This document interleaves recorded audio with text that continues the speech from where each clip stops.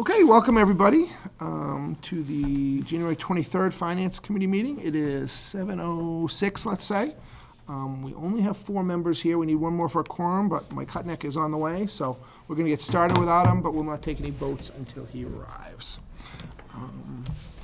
So Matt, first up, if everyone's okay with it, I'd like to take the agenda just a little bit out of order and go to item number 2 first, which is discuss the budget worksheet for the fiscal. Just because the budget worksheet is different from what we're used to, if you could just walk us through it in a couple of minutes. I'll try to be concise. Okay. Best practices in municipal budgeting are captured in documents in a body of knowledge that's been published by the Government Financial Officers Association of America, GFOA. And one of the principal linchpins of that presentation format is a 5-year budget forecast. Forecasting forces you to recognize the fundamental drivers of your operation and not just a year-to-year increase or decrease for whatever reason.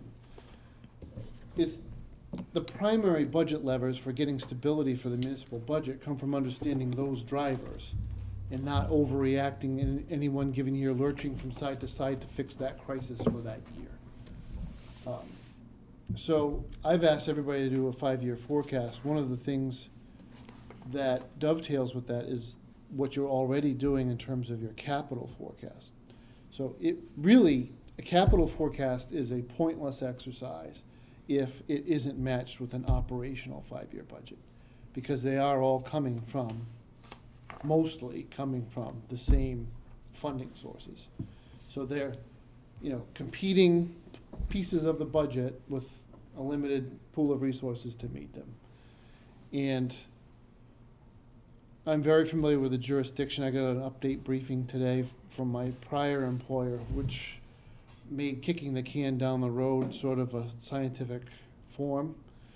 And it's finally happening. I got sick and tired of being Chicken Little.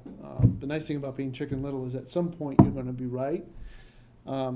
So all the dump trucks were never maintained or replaced. They all failed in the last snowstorm. We haven't replaced cruisers in 3 years, and the entire command vehicle fleet for the fire department all failed inspection in the same year, because there wasn't a plan in place to replace those items as they came due in their useful life. Now the jurisdiction is forced to consider $5,650,000 worth of capital spending just to do basic operations, to patrol the streets, to respond to fires, and to clear the snow. That is a profoundly idiotic way to run a municipal operation. So a 5-year operational forecast with a 5-year capital forecast, and then be able to look people straight in the eye and say, we've done everything we can to smooth out the spending so that there is not the municipal budget itself isn't driving spikes in the tax burden for the people. That's the highest level of achievement we can accomplish. We don't set the prices for the things we buy. We're price takers, not price makers. So there's only so many opportunities we have to really get a control and do a lot of savings initiatives, especially in a town like this where you've done a lot of savings initiatives already. I'm almost done. I'm waiting for the Board of Health. I gave them a little bit extra time along with the Cable Committee because they're a public body. They have to do their budget in a public meeting, take votes, whatnot. This body here has to give me a little bit of a budget worksheet. Cemetery, our veterans agent is away on vacation. Those are pretty much all that I'm waiting for. And the building inspector, but I could probably do his for him. And you and I are going to probably talk during this week about information technology. Again, we're making a change there operationally, so. But the grand scheme of things, I probably have 90% of the dollars are in the spreadsheet already with the 5-year projection. No shock. Well, maybe a shock of what the number one mover is. I love the Socratic method, but I'll spare you. The largest and most rapidly increasing account for the next 5 years is going to be the employer contribution to the Worcester County Regional Pension Fund. The fund don't like to score too many points being blunt, but the fund is very poorly run. It is way behind in its funding schedule. The actuaries have advised them to play catch-up, and so that's the cycle that all of the member communities are in. They really are in critical status in the 43% is what sticks in my mind, and horrifying market results. I don't understand how anybody performs so poorly with the galloping Dow and a galloping NASDAQ, and I know they're not all in equities, I get it, but I just don't understand why they're struggling to do the most basic things. So, but really, it's going to be somewhere in the neighborhood of $620,000 increase from year one of this forecast period to year 5, which makes it a very rapidly growing account. We don't have anything on the municipal side that grows that quickly. Every single point we shave off our health insurance rates of increase also has a significant impact. We typically budget an 8% year-over-year increase in health insurance premiums because that's pretty much the experience in the health insurance market, the health care market in general. This year, we're trending positively. So we've had a very good claims year, and the marketplace overall hasn't been under such intense pressure as it has been in the past. And our credibility, that's the insurance industry term, the relevance of our claims experience versus the market as a whole has gone up this year because we've been with the same carrier now. We're in our second year instead of being a new insured. Okay. So we don't know what that renewal rate's going to look like, but we've been given some indications that it's going to be in the 5% range. Over the weekend at the MMA conference, Maya, we're not a member of the Maya Health Insurance Group, but the Maya Health Insurance Group across the entire Commonwealth is a 4.6% increase for their premiums. So we're catching a little bit of a break against our forecast, but it's still 5% of a lot is a lot. So remember, of course, that we carry the school employees on the municipal side of the budget. That's also what's driving that pension expense. So the long and the short of it is the next largest account isn't very big at all. It's almost nothing. There's very little going on the municipal side of government. Even when I ask my department heads to give us an ambitious budget for the next 5 years, you know, what do you really need to do to operate your department? If, you know, obviously being responsible, but if you could do a couple of things, what would you do? I don't want to say it doesn't ripple the pond, but it really doesn't splash at all. Right. So the town's financial condition is completely established by the condition of the school department. That's no great revelation to anyone. So the rest of the management exercise here is, can we sustain operational performance over the next 5 years to a minimum standard if we just sit still and do absolutely nothing on the municipal side? And the answer, frankly, really is no. The municipal side's probably given all it can to the overall effort. It's only 1/3 of the budget. We don't control the two major accounts. So I respect the effort everybody makes to review budgets line by line. It's my first year here, so I did that. So I would know what's in the accounts. And I would encourage every new member of this committee to do that. But at the end of the day, we can only cut so many envelopes, paper clips, and bags of salt for the walkways. It just doesn't amount to anything. We got bad news from the school department today. The delta in their account for the current year is bigger than any delta in any town account for the next 5 years. So that's where the rubber hits the road, is with school spending, out-of-district placements, and the net effect of employment levels at our biggest department. So that's kind of how I took it. That's where the analysis is leading me. My hope, you're going to meet again in a week.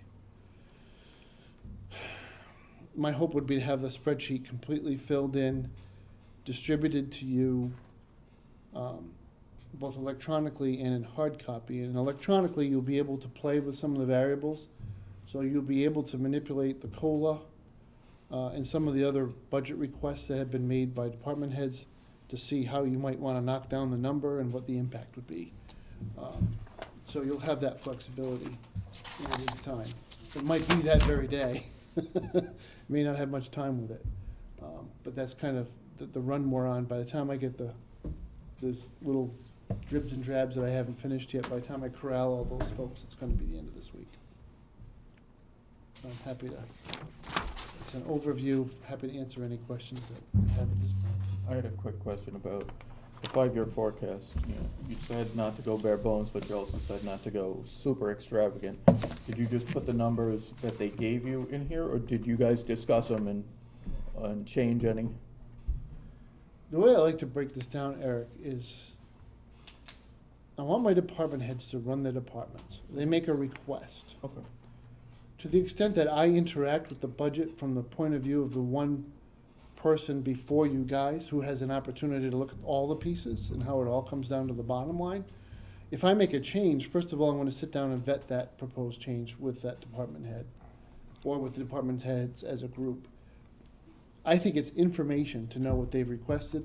It's also information to know what judgment the town administrator is going to exercise in making recommendations on, well, if you want me to cut it, this is how I would cut it. These are where my priorities would be. But again, I don't set that policy. Town meeting and to some extent the board does, so.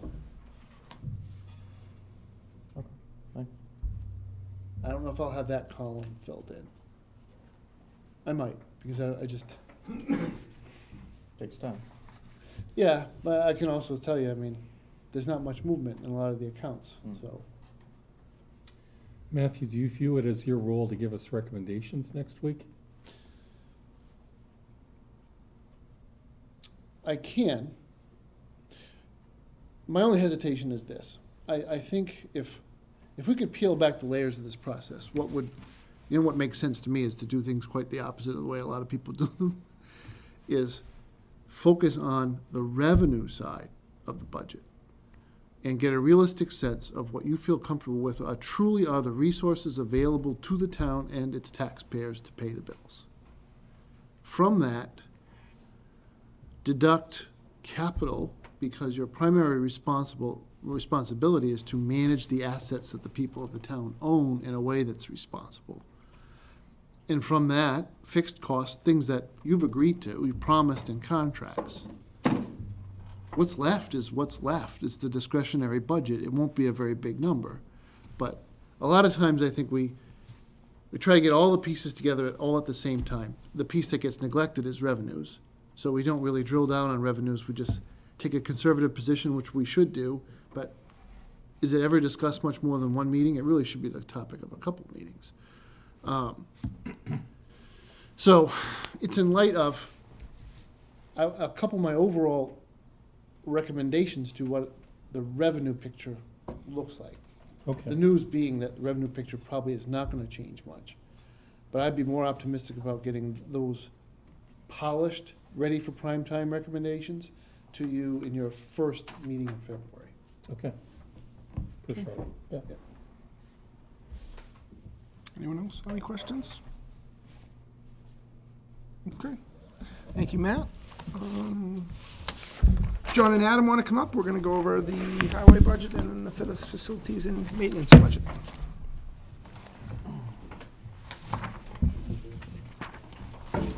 I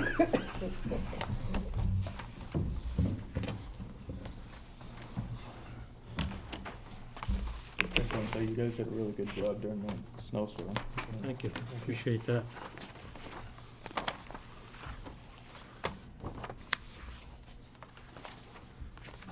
All right.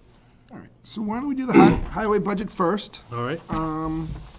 If you just want to go through the items, you know, anything where there've been changes similar we've done in Wanna the do past? Yeah, let's Yeah. do that and just walk through it. All right. Did everyone have the same sheet that I have? I believe so. Okay. It's not in pretty colors. I have colors. Matt gave me colors. Color. All right, so we'll start with the tree warden forestry. Okay, All right. So we took that over 2 years ago when Mr. Mazinski retired. So this is our second year doing the tree warden through the highway department. We did increase our tree removal from, the total budget was $4,500. We've increased it to $9,700. The reasoning for that is, we've got a tree crew that comes in here, it's $3,000 a day. They can take down anywhere from 3 trees, depending on size, up to 6 or 7 trees. With all the dead hazardous trees in town, a tree fell on a vehicle in another town, someone got killed a few years ago, so we've really stepped up that program. And with National Grid, this year, we've taken down over 100 dead or hazardous trees.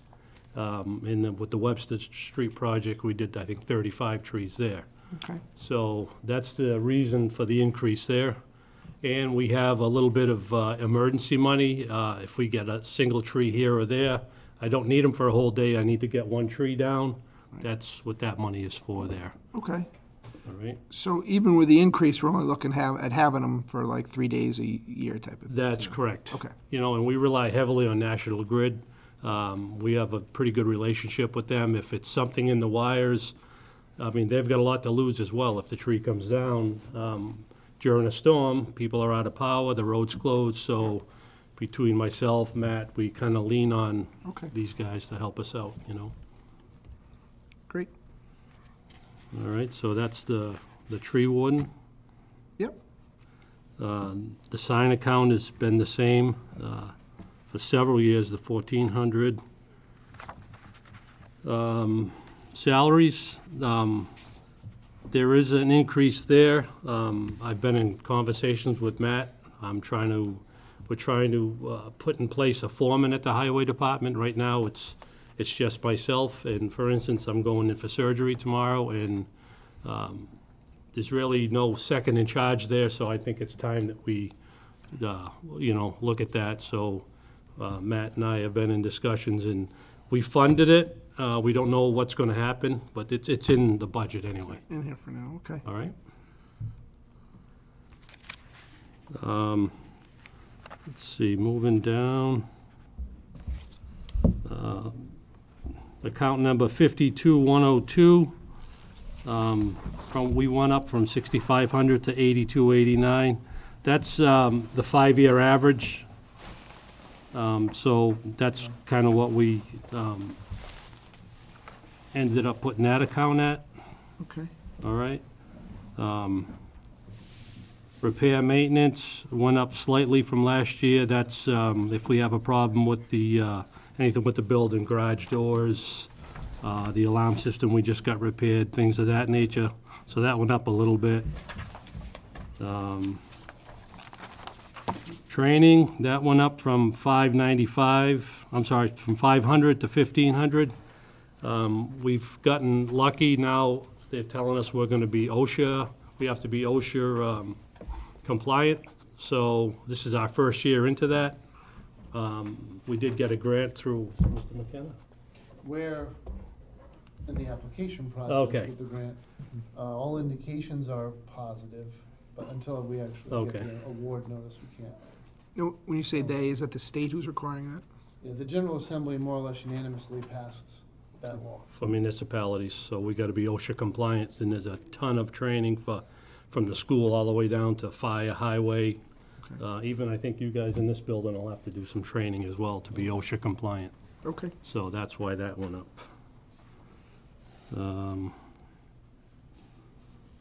Let's see. That's about it on the administration side there. The next page.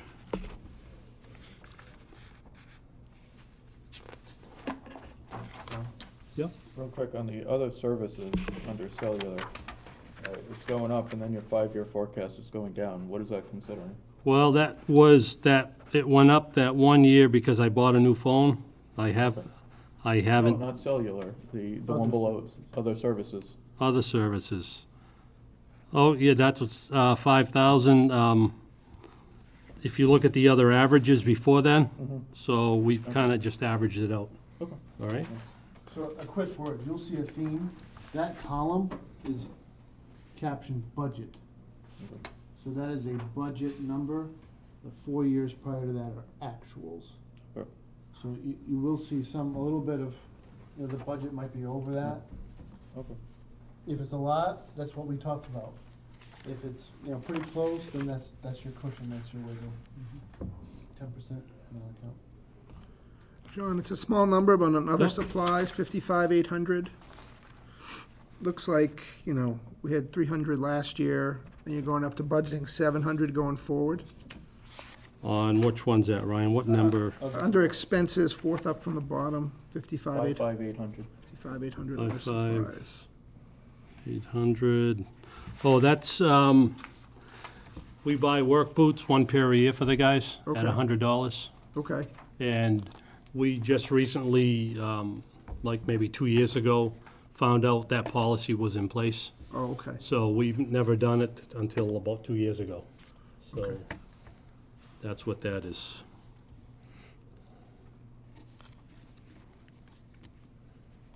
Great. John, on snow and ice for this year, Yeah. I see a number in here, 335, is that, I assume that's where we're currently authorized for. Where are we in terms of practical math? Well, we're originally authorized, that's FY '18, that's, actual was 293,027, Howard, for FY '18. Fiscal year '19, we started with 135, and currently, I think we're at I think it's 168,000. I get confused here, aren't we in FY '18 now? That budget should be 135. I think there may be, Yeah, oh, yeah, you're right, So I'm we're in sorry, yes. 18 now, and I guess You're- my question was, where are we We are, currently? right now, we're at 168 and change. Okay. Not the worst number No, at no, this point of the year, no, right? correct. Okay. Yeah, all right. Good, Yep. thanks. Careful, we still got February, March to get I through. got it, I got it, I got it. Yeah, they're talking a big one, Super Bowl weekend, and that cannot happen. That's right, We're in a little depression right now over that. yeah. Sorry, folks, everyone snowed in that day. Right. Just till about 11 or midnight. or whatever it Exactly. is. But it kind of comes out to, because I've been paying attention to how they've spent and how many runs they've made, it's just about $8,000 to run the town once. That's all. Correct. Yeah. So if you have an Yeah. ice storm and these guys are out 7, 8, 9 times, do the math. That ice storm we That had, hurts you more than any snowstorm. it does, I'll take a foot of snow over Yeah, the, yeah. we had that 36-hour ice storm like 6 weeks ago on the weekend. Yeah. We did the town, I think, 5 or 6 5 or 6 times. on everything. It's just, it's you over guys and know that. repetitive, but you have to do it, Right. you know? This morning, we squeaked out just in time. I mean, other towns, it was, I So feel, go to Fox I- 25. I look at feel the bad, video. I feel bad for those guys, because See that? The it's, Sutton bus. The it's, Sutton bus going I feel backwards and- bad, because Oh, it's, is that right? it can happen, you know, it can sneak up on that side of town before you even know it, you know? When it's wet, and even tonight, we gotta keep our eye on it, because it's supposed to get cold by morning, Yeah. you know? Okay. Yep. John, Howard skipped ahead a little bit. Can we just go back to like the highway maintenance Yeah, on the yeah. second page and go down from there? You got it. Thank you. All right, so, 52,400, that's staying about the same. 52,900, there's a jump there of 15,000. The biggest reason is disposing of catch basin cleanings and street sweepings. We started, there's a fine line of getting rid of catch basin cleanings and street sweepings. The new MS4 that's coming out with the DEP, they're really tracking that stuff now, so there's no more, we could use street sweepings as fill on roads we're redoing and what have you.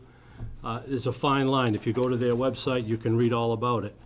The catch basin cleanings, they want them going to a solid waste landfill, you know, so that's what that reflects. It's about $6,000 for each item per year that we're gonna have to pay to dispose of those after we'll put it out to bid or what have you, but last year we solicited prices for the street sweepings, I think it was like $5,800 to get rid of them, so. You have to dispose of that? That's solid correct. waste now? You Yes. can't- no We more used to fill? reuse it.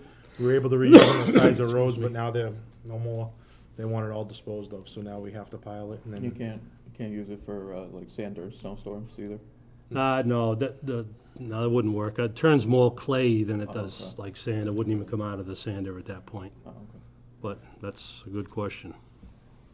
But that's what reflects there. You know, that's the account I also use to paint my lines, sweep the streets. We rent a sweeper. That's what comes out of that account. Okay. All right. 53,800, that's actually gone down some. Same with, only because of the averages. 54,300, it's gone down some because of our averages. Next, the vehicular supplies. My goal is we have a new mechanic at the highway garage, send less stuff out, do more repairs in-house. So that's why you'll see those two accounts have flip-flopped. I want to Okay. buy more parts and fix it in-house.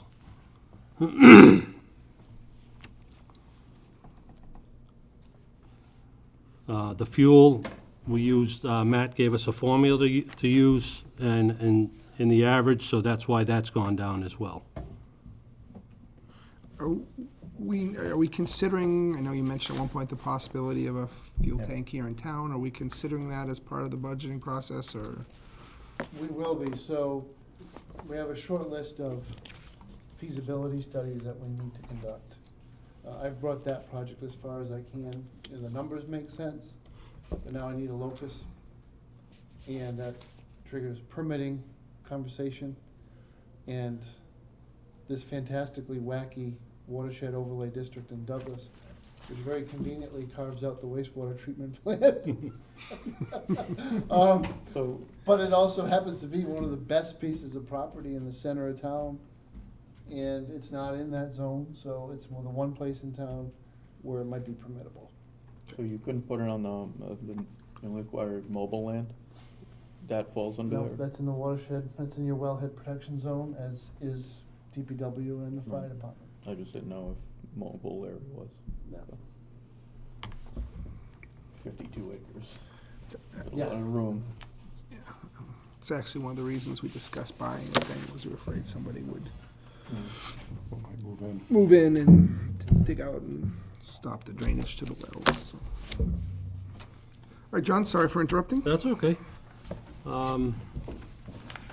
So that's it with the highway maintenance there.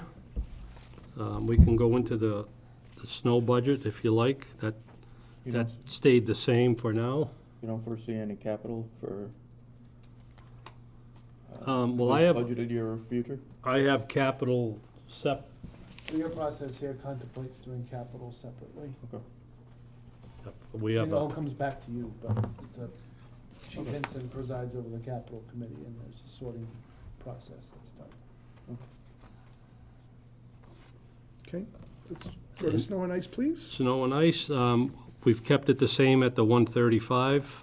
I believe if we up that number, then we have to fund that number every year, correct?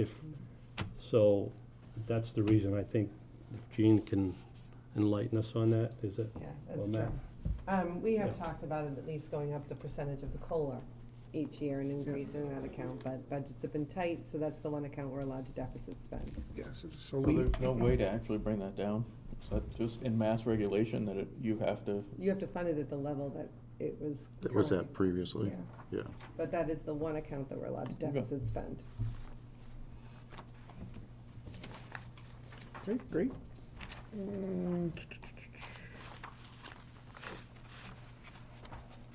Now, it looks like the vehicle supply forecasts are about half of what we've had the last few years. Does that have to do with the mechanic on site? That's our goal. Okay. That's our goal.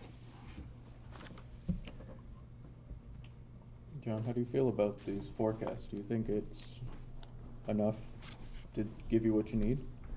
Yeah, I mean, I'll always take more money. I mean, you know, I look at, like today, riding around with the frost that we've had this winter, some of these roads are really coming apart, but we're talking hundreds of thousands of dollars, which, Right.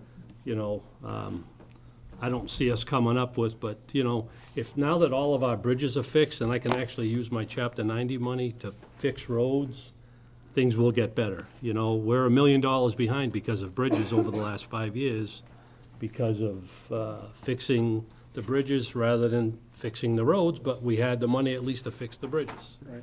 You know? We don't anticipate the bridges are in good shape? We have one wooden bridge left, but we're still getting very good ratings on Potter Road from the state on the inspection, so, Okay. and it's only feeding 3 houses. All right. So it's not a high-traffic area, so you know, we're hoping that it can stay that way and we can fix roads with our 360, 70,000 we normally get from the state. Where's that each one year. again? You said Potter? Potter Road, off of Manchog? Yeah, okay. Yeah. All right.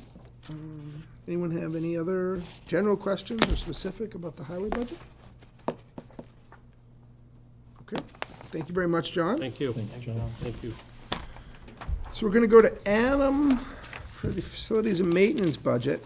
And so as I look through this, Adam, I think it may be better just to walk through your 3-page document about just this one here, because that's gonna Yeah. answer some of the questions in the Exactly, yeah. numbers, so. So, I mean, I could compare them both. Sure, Yeah, sure. I If you mean- wanna just walk through them as we go. Let me So- just move this close, that way. Yeah, I know, huh? First of all, going back to salaries, so in FY '20, you'll see it says 63,377. I put in for someone to be full-time here to do maintenance. I've been doing this job 4 years, a little over 4 years, I think. It was supposed to be a part-time, 2-hour-a-day position. Mike asked me to take on it for a temporary basis. It didn't seem to, it's been 4 years now, and you really have so much that warrants a full-time guy here. Your walkways, everything. I can't run back and forth all the time, and it gets burden on me, the highway department. They've had to pick up all the mowing of the grass. It's increased their costs. You know, back and forth. John and I run second ambulance during the day. We're both on the fire department. We have a water main break. John and I are down to the water main break. So, and then the senior center calls with an emergency, or the post office calls with something wrong, or here, I have to try to make it all work. So it's becoming bigger and bigger every year. Every year, it's getting a little harder. So, I mean, I figured giving another year would get us set up for someone else to come in here. I could help train them, and then I could go back to the highway department. So that's why that 2020 budget went up. It also took away the part-time wages, which was my salary, and also the overtime, because I'm an hourly employee. This person will go back to being salary, which was the former maintenance manager's position. And that was actually set up as a PM2, step 9, which would be equivalent to what I make. So that way, I mean, it depends on experience, whoever hires them, I don't know, that's personnel and Matt's decision for that stuff. So that's the compensation part. There's a whole, like I said, I typed it all out with some great help from Gene on everything. So, I mean, that's the 100 compensation part of the sheet. You can gladly read through every little thing if you'd like. Basically, I'm spending like 6 hours a day. I'm compensated for 4. You know, John gets 2 if he's lucky, most days. So, I mean, it's not even, at this point, I guarantee I can justify that this job is a full-time job. So John, I assume you included the additional half person in your 2020 budget? For the custodian. For the, Oh. John. his- Yeah. for John, right? Because, so if Adam was to go back full-time, he'd Well, get, that's in 2020. yeah. Which I think it's been there. Can't see it there. No. So currently 4 hours comes out of his budget and 4 hours comes out of maintenance, correct. Yeah, he's compensating for the full 8. I am. Yes. I am Yeah, compensated for the that's full paid. 8. It's just running back and forth and everything. Yeah, It's I not, just didn't know if he was compensated. Where are we scoring it? I think it's- yeah. Yeah, Yeah. okay. 20 hours of reserve pay and Adam's pay at 20 hours. So actually, it's not fully funded. I'd have to add a little bit to the 2020 budget. Good catch. Sweet, we need to coordinate that. Okay, So again, that goes through the part-time wages and overtime. yep. So then we go to electric. So now I brought the electric down 10,000. The reason I brought it down is we had a National Grid energy audit or upgrade for these lights a couple of years ago. It's finally dropped off. So it looks like we're gonna be saving about $10,000 on that, so that's gonna go away. We've averaged after that like 27, 28,000. You know, even before, back in FY 14, 29. Right. So we're right around 30,000, so that should be pretty close to that. We're gonna save a little bit more now with the new heating system. The pumps are running less, the windows are doing fantastic in here. That's such an upgrade. So I think even that number may be going down, you know, a little bit more, so. What causes the fluctuation over the last 4 years? You were at 29, then went up to So- 45, 41, then down to 27. 45, 41 was with the energy upgrade, so we have Okay. to pay it over so many, I think it's like 2 years, 2.5 years. We have to pay it back every month. Okay. So they come in, they do everything, we don't see any bill, they come in, they do it all, and then we pay it on top of our Paid on the bill. utilities. There's an Yeah. energy efficiency Charge. Charge. on the Okay. National Grid bill. So now that it's off, this is gonna go back down and. Okay. I've left heating pretty much on, no, actually, I did drop that. So heating went down, I should have highlighted on my paper. With the new windows, I've been reserving, we're part of the French River bid. I've usually reserved 10,000, we're actually already out for 2019. And we're gonna bring that back down because these windows are doing so great. I've only ordered 3,000 gallons so far for this year, I'm about to order 4. That'll be 7. I'm sure that it's gonna get me through the rest. You know, so I'm right now, I'm reserved at 10. That's gonna come down. Conservatively, I could say definitely 9. Could be even more than that, you know, by the time we're done. These windows, everyone's put away all their electric heaters. You know, everyone's happy. The temperature's great in here, so that's it's gonna be a good savings. I know. No, that is a true statement. Oh, yeah, she's always cold I out. did look over there at Jean, but, you know. I actually donated, my heater is downstairs in the police department. Oh, look at Yeah, that. Every- the price was- Yeah. The HVAC is also a big help. Yeah, it is. Everything, it's been great, the perfect upgrades for this building. The French River contract, I will caution you, is a really fantastic deal right now. And Town Hall is the only building with the tank big enough to Exactly. participate in the bid. Where we at, $2 a gallon? Yeah, it's I mean, like, that's crazy. yeah, exactly. Crazy The stuff. schools Yeah. participate too. if I Yeah, the remember schools right. They're the do, yeah. lead, we piggyback. Yeah, we kind of jump on with Yeah, them. yeah, okay. And even next year, I think we're at I think Yeah, it's next year's artificially low. $2.06, you know, that's next year. This year, right now, we're at $1.84. You know, and I mean, we're locked in. They're really good at watching the market, and if it starts to tank, they jump right out. Hey, everyone get us your stuff, and they go right out. Like, they're really good at doing that. So that's why we're already locked in for FY 19, Yeah. because they saw an uptrend starting, Right. and so we locked in already with our 10,000 gallons. Okay. So, Now, you said the town building here is the only one with a large enough tank. Is there potential space that we could expand capacity at the other facilities? In other words, you know, we'd have to spend a little bit on capital to maybe increase the tank size, but we'd get the payback over X number of years if we could get those other buildings to participate in this. Yeah, I mean, it probably makes the most sense to think of some of our bigger heating bills, probably the highway department, Yeah. because fire really doesn't use that much. As being, frankly, the building's in terrible shape, so, you know, that is one reason to try to save money. Yeah. You know, take away from the cost a little bit. We are plagued by the fact that we buy almost all of our fuel at retail. So, you know, the police department pumps gas at a retail pump. Right. And on any given day, that's a horrible deal for us. And so you came in a little bit late, but there's been some conversation on my part about a fuel tank farm. Yeah. So that we could manage supply, top off when it's appropriate to top off, draw down when it's appropriate to draw down. The differential between the retail and the wholesale available on the statewide contract is really significant. And we go through those temporary spikes, like when the storm hit in Houston, the refineries, you know, it takes a couple of days to shut them down, takes a couple of days to start them back up again.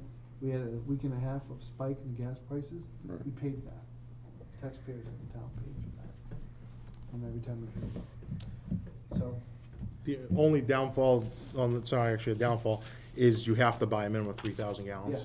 That's one thing that, they kind of get you on that. Well, that's what I'm so, saying, like, yeah. the town barn, I'm assuming you don't have 3,000 No, gallon no, tank no. there. Yep, 200, 275, 300 yeah. Right, So, the other question is, do you even have the space inside of the building to add a fuel capacity of that size? Not really. No, unfortunately. I mean, it would definitely be worth it, but again.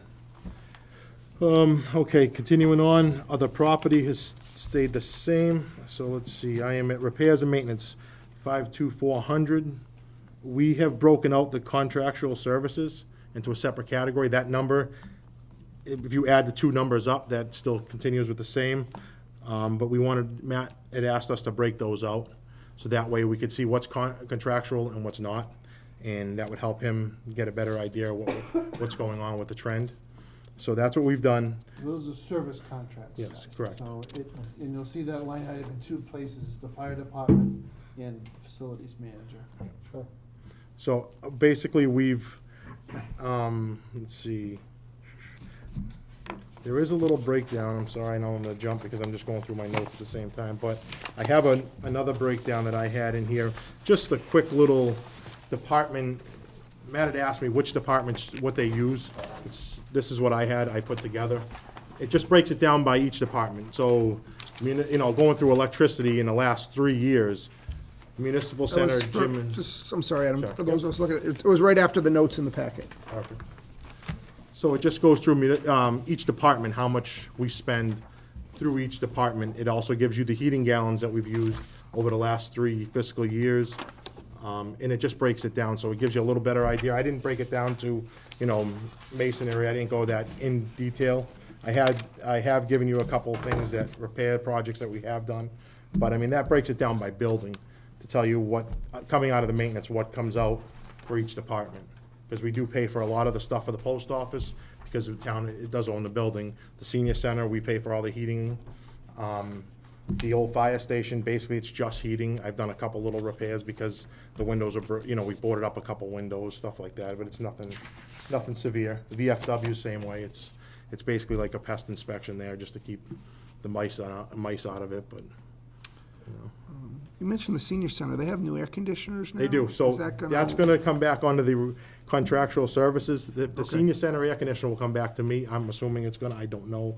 I haven't talked to Patrice yet. If it does, then my number will have to go up a little bit when that's put on my plan. They have a 1-year warranty, so it wouldn't be till next year anyway. They have, to go through it, but they do have an air conditioner. Will that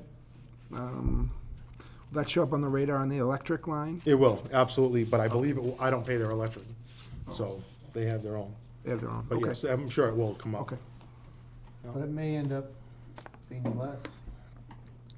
Because the unit that was in there, the flywheel was held in there with the toothpick and some bubble gum. It takes a lot of energy to turn that and make it efficient. So, Okay. the new unit should be so much better. Good. Let's see, so we've done that. 54300 building and equipment repairs. This item is for supplies, so we can do projects in-house by town employees. It's gone down, and I just wanna go through it right here. I've brought it down some, it's because I don't have the time to actually get here to do a lot of things. Right now, the way things have been going, I haven't had a lot of time to get here. If a full-time maintenance manager comes back, which I'm hoping happens, I've started it going back up by $500, because they're gonna need it. They're gonna need the time to do it, which actually eventually will bring down your other line, in the future. That person can go through it and change how he or she feels fit. Okay. Who else, do you do all the repairs yourself now? No, I hire most companies out. Okay, so it's mostly contracted. Yeah, mostly contracted, I just oversee them, Are there any other employees from other departments that work on building and facility? just the school department. No, I mean, does highway have more than one guy that might work part-time under building and facilities management as Oh, well? Oh, they help me. There's days, the whole Yeah, crew's yeah, here, I helping have- Adam getting something. Yeah, if I have to move Yeah. 25 file cabinets that are full, I got as many guys as I can here. We help the water sewer, we help the school, Yeah. we all work together. Yeah, I just didn't know if Sure. you were by yourself or if you had. Oh, no, I always, if I need help, the same with the police department, they got rid of some stuff, we cleaned out a bunch after we had a water leak. These guys came down and helped me chuck everything in the dumpster, they're great.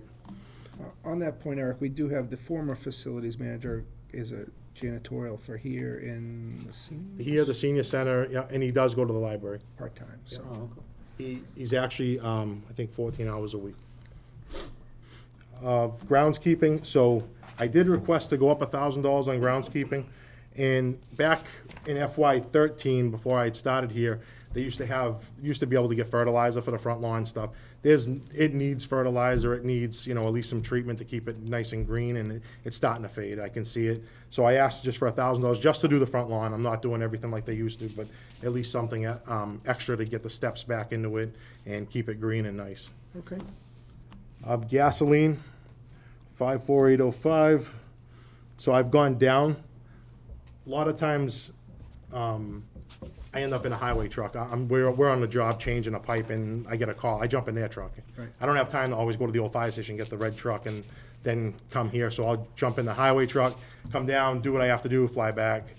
So I use their truck. I've used my own. It just whatever's quicker. Yep. Because we don't have a lot of time. So that's why the price went down. But I did jump it back up for 2020 because the full-time maintenance guy is going to have the truck, and that's going to be his set of Okay. wheels to get around. And I think that's that. So if you want to go to completed projects and repairs, I made a list of things we've done this year. Sure, does the committee want Adam to go through that? Are we interested in guys. seeing that, especially Lee and Eric, who I know haven't seen it? Yeah, that's fine. Okay, yeah, quickly, if you want to go through it. Sure, that'd be so great. the first floor windows are like 99% done. There's a couple little cracks that the engineer has found that is a manufacturer defect. They're coming to fix the few little things, but they're great. Concrete and brick wall repair I've done for $1,200. Gym entrance masonry, I saw a crack starting up the wall near the gym entrance. I don't know what shifted a little bit, but I had them repair that, $1,400. We had a sewer pipe leaking in the back, in the crawl space. I could smell it, I just didn't know where it was. I had to crawl in, find it, and I had the guys come out, and that was $1,400 to repair that. I'm sorry, that was $2,000 to repair that. We replaced the water valves here in the municipal. They never held this whole time that I've been here. The water valves, I shut them down, you could get it down, but they wouldn't hold. And so if we had an issue, I knew it was gonna be a decent amount of money, but, so we had them come in, and I had them add extra valves so I can zone it off, so we don't have to shut the whole building down if we have a water leak. First of all, we did shade replacements in here. I did shade replacements after the new windows were done. It just made sense. There was no reason not to just put a new shade on it. So we did those. I patched the main roof because we had a leak upstairs. We have issues with that roof, and hopefully that's on my capital list, which you'll see. We had a knee wall. I repointed a knee wall that was, I think, causing a leak in Suzanne's office, so we had them go up and repoint it all, and it seems to fix the issue. Suzanne was really in charge of this with Scott and Matt for the telephone replacement system through Capital. We always do air conditioner repair because our air conditioners are 28 years old. They're on their last leg.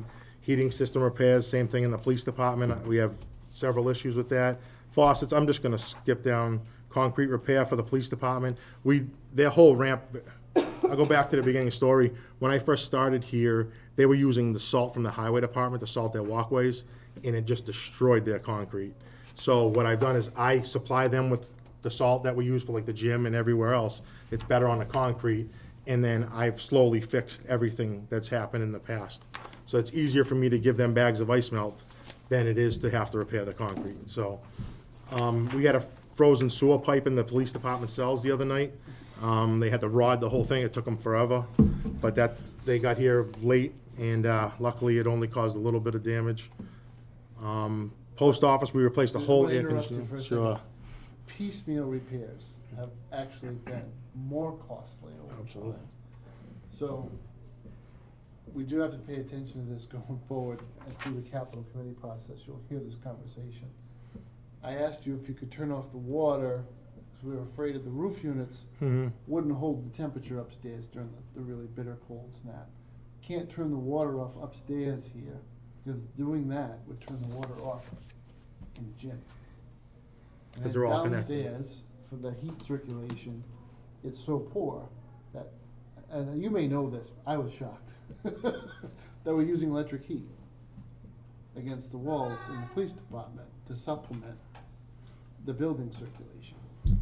So it's like paying twice for the same BTUs. It's- Yeah, they have bad windows, you know, their heating systems. How do we But get, electric heat is phenomenal. Of course it is. expensive. Oh, You know? Absolutely. how do we get these things in front of capital? Because most of these things aren't gonna meet, is it $10,000 or $15,000? 10,000. 10,000. Are we gonna have to think of another process to do that, or? I think you gotta lump some of these Lump things some of together it and say, together. okay, you know, we need different, you know, a zoning, plumbing Yeah. for the building, lump that in with, you know, We need heat a- boosting there's a new here profession, or, You probably never heard of this, called a forensic plumber. yeah. And that's what we need, because the last guy we had here was like, I don't know. Yeah, the police department, for whatever reason, they can't figure out what's going on with the police department heating system. We tied directly into theirs. There used to be we were steam, they were hot water, they had a converter, but no one ever knew if it worked, because they ran electric heat all the time. And they don't stop because they're always there. It's not like here where someone come in and go, wow, it's chilly. They always are there, so there's always heat running. We went and investigated, they said the locker rooms are cold, so we went down, the locker rooms were freezing, it wasn't even cold. So we went in there, I'm like, all right, I called a company to come in, they started looking at it, like, this is all taken apart. Why? I'm like, it was before me, I have no idea. I asked a few people, they're like, yeah, they couldn't figure it out, so they took it all apart. I'm like, well, that doesn't work, what's wrong with it? So then they followed it back, and then I followed it back, and the other things are taken apart. And then we followed it back and found out that some of it's abandoned from the original system, and that was a kitchen. So it doesn't tie together. You need someone to start from one end to go to the exact other end and figure out why this is all apart and who took it all apart and why it's this way. So some of it is working, some of it isn't working, and then there's electric heaters everywhere. So you don't know, you know, and even they have the heat that runs, I don't know if you know with Lieutenant's office, well, the chief now, but from his office, the heat runs through the 911 server room. Well, that can't be on because the server needs to be cold. So now there's no heat in this office because whoever ran it ran that way with it. So now there's no heat in that office, and they call me, they're like, why is there no heat? I'm like, because it's tied in to the server room, and you can't have that heated. So that zone is off, so now you have to, you know, it has to come a different way, but for whatever reason, when they did it in, I think it was 88 or whenever they moved in there, it's the way they did it. They just kind of left stuff abandoned everywhere, and it's the same with the municipal side. They leave stuff abandoned everywhere. No one cleans it up when they're done, so you don't know where it goes. You start following things, and then it just ends. And so that's kind of what's happened. So you almost need somebody to come in and say, this is how it should be built. Exactly, let's start here This is a and, quote to get it to Yeah. there, and then, exactly. Just a quick finish up, post office furnace repair, plywood, the old fire station windows. Projects and repairs that we want to hopefully work on. We found out where it was frozen, the police department, right outside in the parking lot. We can dig down, cut into it, and put a nice clean out, so we don't have to try to start up here in the driveway and work our way down. So it's something that would be nice and preventative. That's the lowest point, that's why it froze. It's never froze since I've been here, but we've had that cold stretch for like 2.5 weeks. It froze, they didn't have anybody in the cells until they went to use it. That's when the water couldn't get out. So it'd be nice just to have a clean out where they come in and they just jet it, and they're here in and out in less than an hour instead of the 6 hours we were here that day. Gym window replacement, we're in the process of discussion. We have a little bit of money for some environmental stuff, some engineering stuff, so that is before the Building Facilities Committee. Matt and Bill and I have been discussing it. Heat exchangers on the roof, we have 4 units on the roof of the second floor here. 2 of them are off because the heat exchangers are rotted, and one of them is about to be shut off probably by the end of winter because the heat exchanger is rotted. It's only used for storage, but when 2 of them are running, that's fine. I leave all the doors open, I can make it work. You know, when we have 3 down, then there's a problem. And I know we didn't have any money to change it, to fix them before, but this is gonna be an issue. And it's always on capital, but it's, you know, probably 90,000 to replace them for all the units, or it's, you know, 12,000, you know, each, together, so it'd be like 24,000 to replace all the heat exchangers. You know, they were left from the school, they've been up there since '96. You know, we have them serviced every year, it's just slowly, you know, they're on low, the air conditioners, you know, are high, the heat's low. We just do it so the pipes don't freeze up there, basically, and we have a couple workers that'll go up there and just file stuff as they need it and take files down. Those are being run by propane, right? Correct, propane. Mm, Yep. But they're plumbed for natural gas. Yeah, Whoops. yeah, back in. The school had some issues with it, I guess, when they went and did it. So again, we inherited all that stuff up there. That's kind of the roof and all. The stairwell door, that's really just a rotted door. The police department windows, we're not gonna replace them, so I need to scrape and paint them and caulk them, stuff like that. Air duct cleaning, we have the money, it's already been appropriated. I didn't feel it was I wanted to go forward with that yet until the fire alarm system's done. It just makes no sense to, not let all the projects be done, then clean the air ducts once. If I cleaned them and then we went and did the fire alarm system, all the dust they kick up, it would just be a waste. So it's sitting there ready to go as soon as we're ready for it. Some concrete repair on the rear of the building. The other parts of the knee wall that we never got to do. Senior center ramp's gonna need to be touched up again.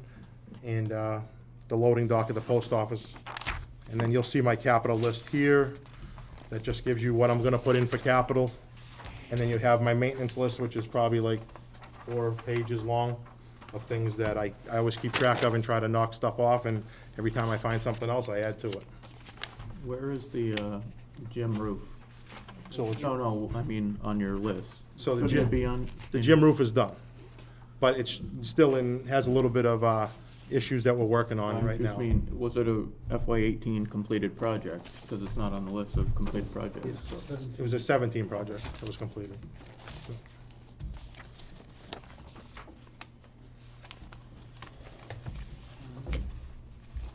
One question, just this is kind of personal, being the basketball president, the municipal gym door replacement, do we think there's any environmental issues there, or those could just, There's only metal, there's nothing around them. Okay. The only thing I would question would be any kind of a lead paint or something, but like I said, they're only metal, those ones are just, there's no insulation on those doors at all. They're just falling apart. yep, okay. The windows, different story, because I know there's caulking and stuff on them. I'm pulling down the shades, I try not to breathe in too heavily. Once the other shade pops up, I gotta get up there and pull it down. Any questions for Adam? Okay, thank you very much, guys. Thank you. Thanks, Adam. Good night. Don't hurt anybody. You got it. Pages away.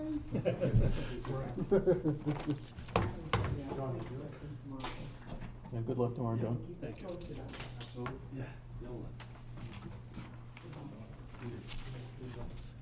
All right, next up is community development. Bill, come on up, please. Hi. Again, it just seems like I was just here. Yes. Bill, you've met Eric and Lee, I believe. Yeah. I don't think you were here at the last time I was here. This is Bill Cundiff, the town engineer. Okay. Okay, how are we doing this? So just like we've done in the past, if you want to just walk us through the budget, the highlights, any, increases, decreases, that would be great. For the most part, we're level funding. Salaries are COLA. Excuse me.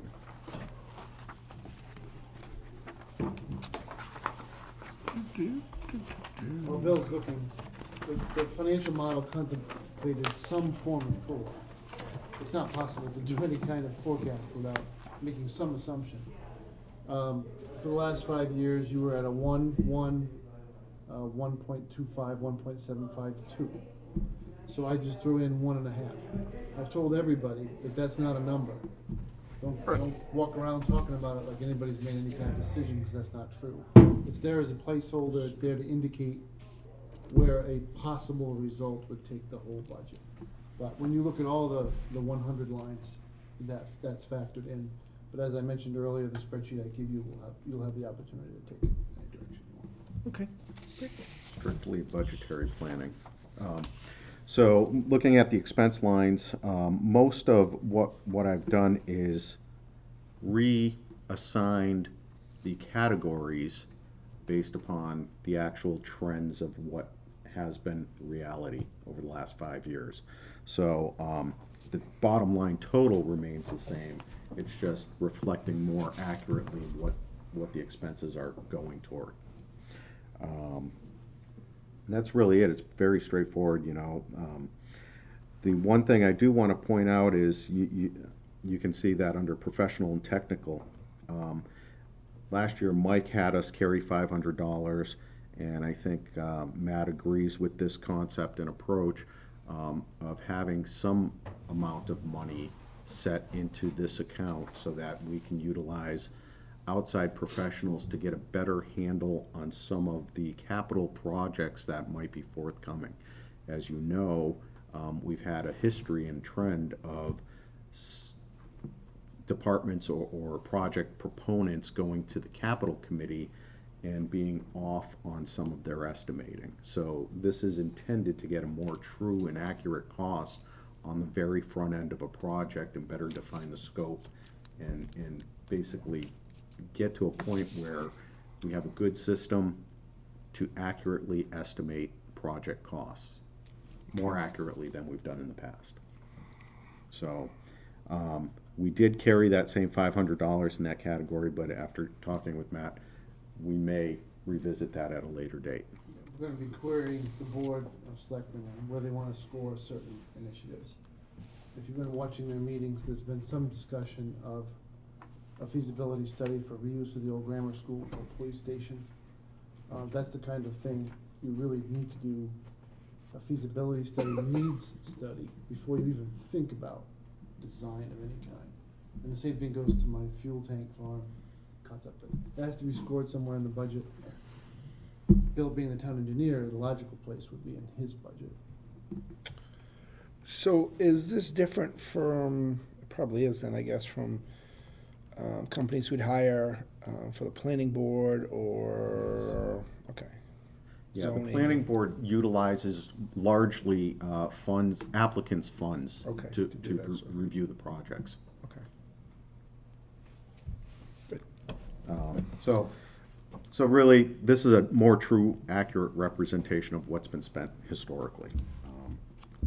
That's pretty straightforward for the department budget. And as you know, I do veer off at this point into the various different boards and committees, if you don't have any questions on the department budget. I just have one or two. Can you explain that last capital line? So it says sidewalks. Oh, yes. A number of years ago, we went to town meeting. Gene, do you recall what year it was? It's a 0, so I I know. think it's 08. Yeah. I'm not sure, though. It's It been a was while. some time ago. Yes. We went, at the time, the Board of Selectmen directed us to prepare a sidewalk plan, and we did so. A number of us, police chief, fire chief, highway superintendent, myself. It was basically a safety committee. And we prioritized sidewalks throughout the town where they were needed. So the one that scored the highest was between basically Franklin Street and Sunset Drive on Route 16. So we did an estimate, came up with a dollar amount, went to town meeting, got that appropriated, had the area surveyed by a land surveyor, and that's when we realized that there was an alignment issue with Route 16 itself. If you drive that area, you'll notice there's extra paving throughout that stretch, and you'll see that it does meander back and forth.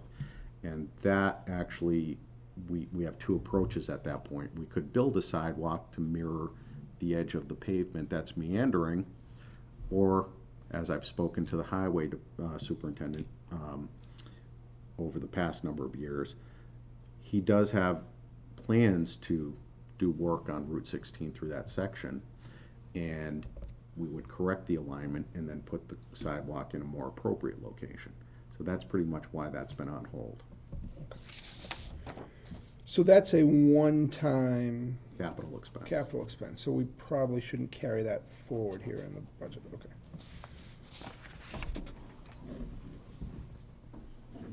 Although I'm guessing if it's 2008 when we got those costs, there may be some, There's gonna be a Increase. variation, yes. yeah. That's very strange, because it's 0 down I don't think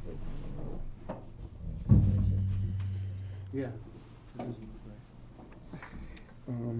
One more minor question on the part-time wages under the compensation. Looks like that ramped up quite a bit, or the budget for that ramped up quite a bit this fiscal year. And then continues out the next 5. I easily can explain that. I believe this committee is also benefiting from Mary. Yep. She does the minutes here. Yep. Having been here 20 years, I've got the experience that a lot of people take a lot longer to transcribe minutes than this particular person. And so I generally have been carrying a budget for someone in the event we didn't have this person. So okay. the budget I put in for is probably double what is actually utilized. And that's only strictly because of efficiency on the Okay. transcriber's part. Makes sense. I have to review my budget just to see that as well. I never thought of that. But Mary's not gonna leave us, right, Mary? We certainly hope not. Are you revoking her passport? Yeah, yeah. After Mike left, we did that with Jean, so it's only fair she can go to Mary. It was revoked again. Okay, anyone else have any questions? I do. Okay, go ahead, Howard. So I'm a little confused, a couple of things, Bill. I. Sorry. Yeah. Hmm. I'm not sure what this is.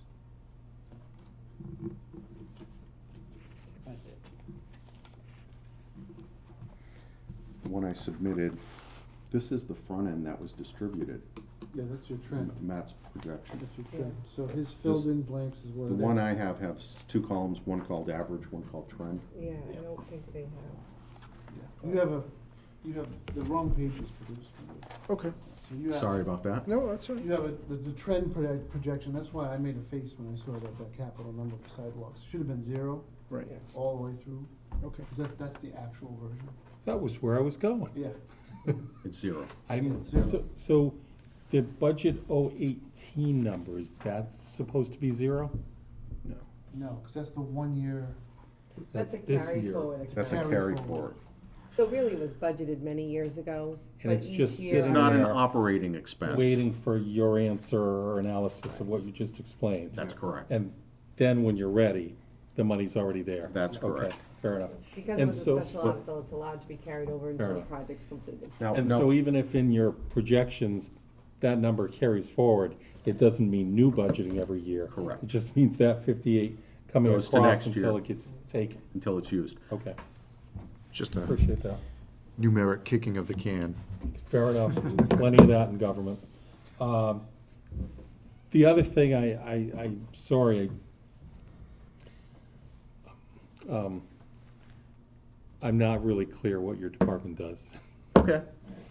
So, you know, we've seen each other 1,000 times at different meetings and everything, so I know you're the town engineer, but tonight you come in under community development, and those seem like two different concepts to me. But Matt said, and naturally, you know, we would put it in Bill's budget, and I didn't understand naturally. What's the His- town engineer and community development? Are they one? Yes. Okay. Historically, the department started off, and this will, I think, be helpful for you too. I've given this speech about 20 times. That's fair. Historically, the department started off as primarily focusing on the boards and committees and providing assistance to the boards and committees. At the time, they were hiring outside consultants, and it was a significant cost to the town. So they formed the Community Development Department, which largely consisted of Planning Board, Conservation, Economic Development Committee. At the time, the Master Plan Implementation Committee, Open Space Committee, and that was it at the time. As time went on, we kind of became a conduit of a variety of different things, including capital projects, drainage projects, town procurement projects, highway drainage, so a variety of different hats, Doing them or overseeing them? both. Interesting. Okay. All right. We surveyed, for example, the library parking lot expansion. We surveyed in-house that, we prepared the design, we permitted it in-house, and then we put it out to bid, plans and specs. But your budget doesn't include doing it. Correct. Fair enough. That's what I'm Okay. trying to understand. So, So it's not economic development per se, it's community in the sense of whatever's in the community that needs tweaking and Correct. fixing and addressing. there's an avoided cost for not hiring outside professionals and keeping some of that scope in-house. You're the structure to the structure. Correct. Okay, I got it. So, and the other thing that Bill does, and the Rhode Island term for this is a wicked bargain, Yeah. to have an engineer in his role is, he also serves basically, my past, we would call the administrative officer for the planning board. So proposals come through Bill, and an engineer's eyes review an engineer's work. Okay, You know, if you had a planner, you would have to have either an outside engineering firm, or your highway superintendent would have to be an engineer. Somebody would have to have the training to review the sophisticated plans that would come in. So, and certify their completeness or incompleteness, prepare those documents for decision, and advise the board as an expert, not as a gadfly. okay, fair enough. Appreciate it. In the more recent past, we've dropped off the master plan implementation committee, and we've inherited the building facilities construction committee. So we also assisted the school building committee in the school project. So Okay. it's kind of like a moving target. Mostly with engineering support?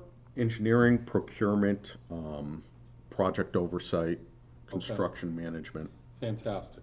All helps me out, helps me understand it. Appreciate it. Thanks. Okay. Anyone else with questions so far? So what you're going into now, Bill, I do not believe we have a copy of, so if you could just. Certainly. Those will come with the budget books, I'm assuming? Yes, no? Yes, okay. So if you just go through a general synopsis, that would be great. Sure thing. Okay, I'm sorry.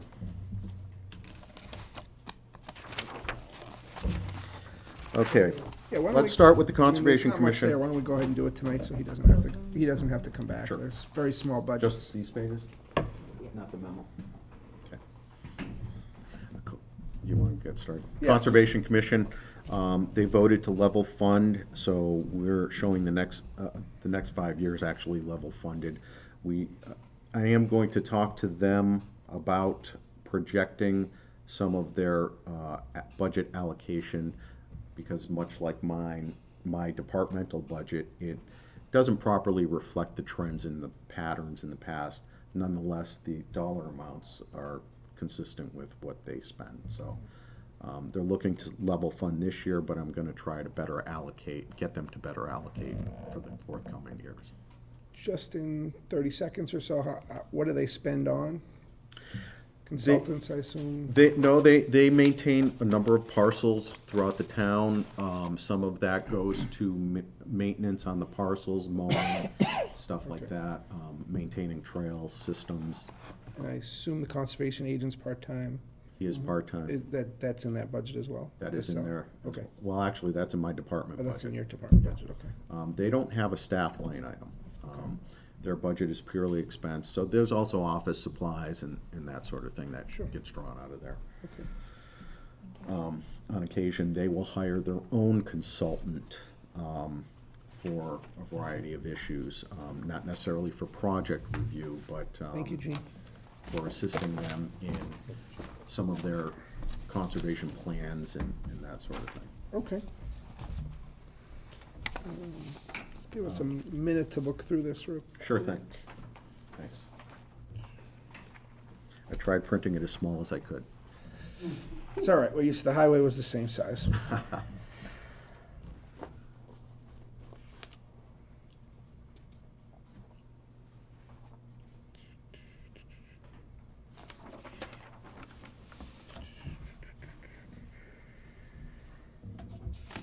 The additional equipment line item for this 2017, was that a one-time expense? I think we know. So, I think they bought a laptop, to be honest with you, at that point. The one that they had was like from 2002. okay. We're looking at it quickly, but does anyone have any questions on conservation? If not, What would the additional legal services be? There's times that they either draft regulation or they might have some, review conservation restrictions, stuff that gets carried forward to the town in their implementation of their duties, not so much project review. At times, legal does come involved in project review. I think in this particular instance, we have the 40B project, which they went back and forth a number of times on the conservation restrictions. There should be some placeholder there. I'm trying to inspire the commission to start the clock running, in my opinion, properly. Yeah. It starts with an NOV, a notice of violation. It doesn't start with an offer to compromise or the opportunity to make, you have to protect the town's position first, and you can work from there. But a good solid notice of violation has critical elements in it. It provides notice. This is what you violated. These are the facts I observed. Here are some suggestions for coming into compliance. It has to be done right.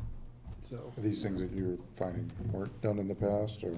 I'm just curious Not here, because there's no, not here, but there's no I've lived the actuals. nightmare of a zoning official, actually, in prior incarnation of myself, who wanted to try to work things out before he issued the NOV. We ended up in court with hundreds of thousands of dollars on the table. You gotta do the right work up front. Everybody knows where they stand, they know why it's an issue, and that gives you the leverage to go forward rather than trying to convince a judge, yeah, we let him slide for 3 years, then we gave him an NOV and the judge says, what the hell are you doing? I'm not gonna enforce that. So, Howard's nodding, so I know I'm right. Yeah, It's one of those, I know that judge. yeah, you might.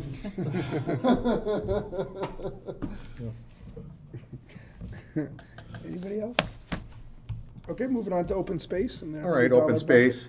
They've carried $100 for the 20 years I've been here, and I don't think they've ever spent it, to be honest with you. So they just have that placeholder. As a matter of fact, I was Probably the talking. same 1955 Benjamin Franklin sitting in the drawer.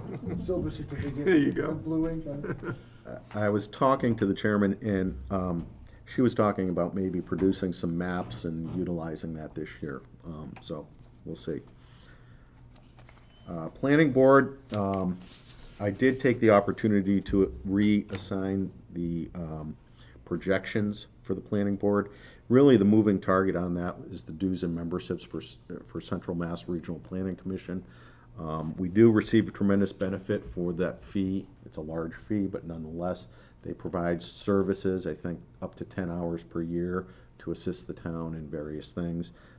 And they provide documentation and hold seminars and that sort of thing for the town. So I did redistribute that, but they voted to maintain a level budget. You'll see that it's actually gone up slightly based on the reallocation. Those projections carry an incremental increase for the 5 years, but really the only moving target is that budget increase, the dues, which has been pretty regular, 2.5% per year. Next is zoning board. They voted to also maintain a level funded budget. I think all the boards and committees, except for the building committee, voted to maintain a level funded budget. And virtually all of them also voted to have that for the 5-year projection. And again, that's based on their past history, which generally speaking is below what they've budgeted. Economic development likewise has budgeted $1,000 per year for the last number of years. They voted to maintain that as well. And then lastly, the permanent building committee, we do carry a staff line item for the part-time minute transcriber. And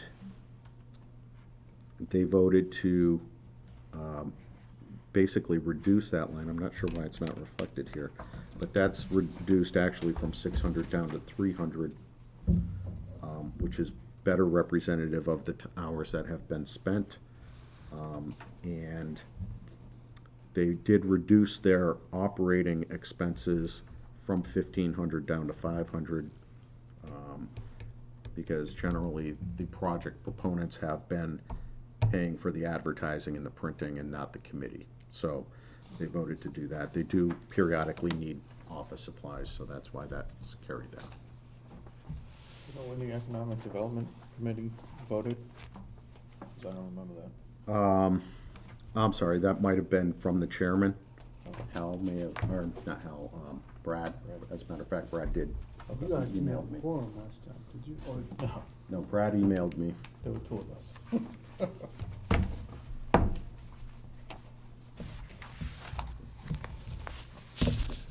Okay, any questions for Bill and the rest of? Yeah, All right, sure, yeah. you go, I do. Howard. So where in the budget for the whole town is the actual money for economic development? This is the money for the committee, right? Operating expenses, yeah. No, it's in the selectmen's budget. It's been a carry forward line item. It was a lot of money a few years back, and it's down to about 9,000. And then at fall town meeting, what did we ask for to close out that? To finish that contract, I think it was $1,500. It wasn't a lot of money. It's been used as a special article. It hasn't been put in the operating budget over the last couple of years. When will that item get before us in this process? I mean, when do we get to talk about, you know, Matthew earlier tonight, I thought, you know, mentioned revenue, working top down versus cutting $8 and $53 and $612. When do we talk about growing the revenue? I think the best time for that would be the selectmen's budget. I've been giving these folks some time. I kind of threw some ideas on this WBDC in particular, okay? I'm an economic development guy. That's how I came through this process, starting off in the city as an economic development director. I have no patience at all for consultants and acronyms and obtuse federal programs that don't help anybody, and I can't stand it. Economic development is, I have a list of the available commercial real estate. I form a relationship with all the owners. I work with them in their marketing plans to try to market the town. If the assets of the town are insufficient to support development, I come to the process to get sewer stubs and water stubs and bad water lines in Gilboa Street that narrow down to nothing and then come back out to a big flange at the end, to get that fixed. Yep, That's when we're gonna talk about economic development. through the So- Board of Selectmen. Through the, yeah, hopefully. Well, you know. we had a presentation, you couldn't make it that day, but we did have a presentation, If they come by. yeah, by the, whoever, WPDC.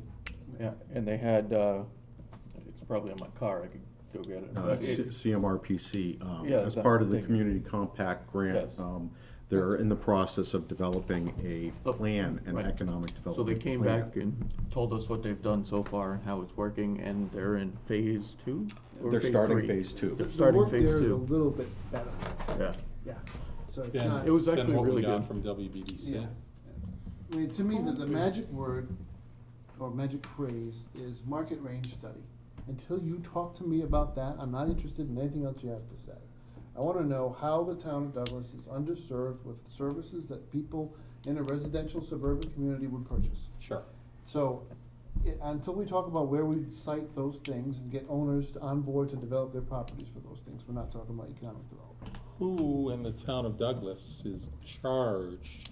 I think With that's that going to be me, responsibility. because it hasn't been done that way. We've always looked at that brass ring, you know, the industrial park.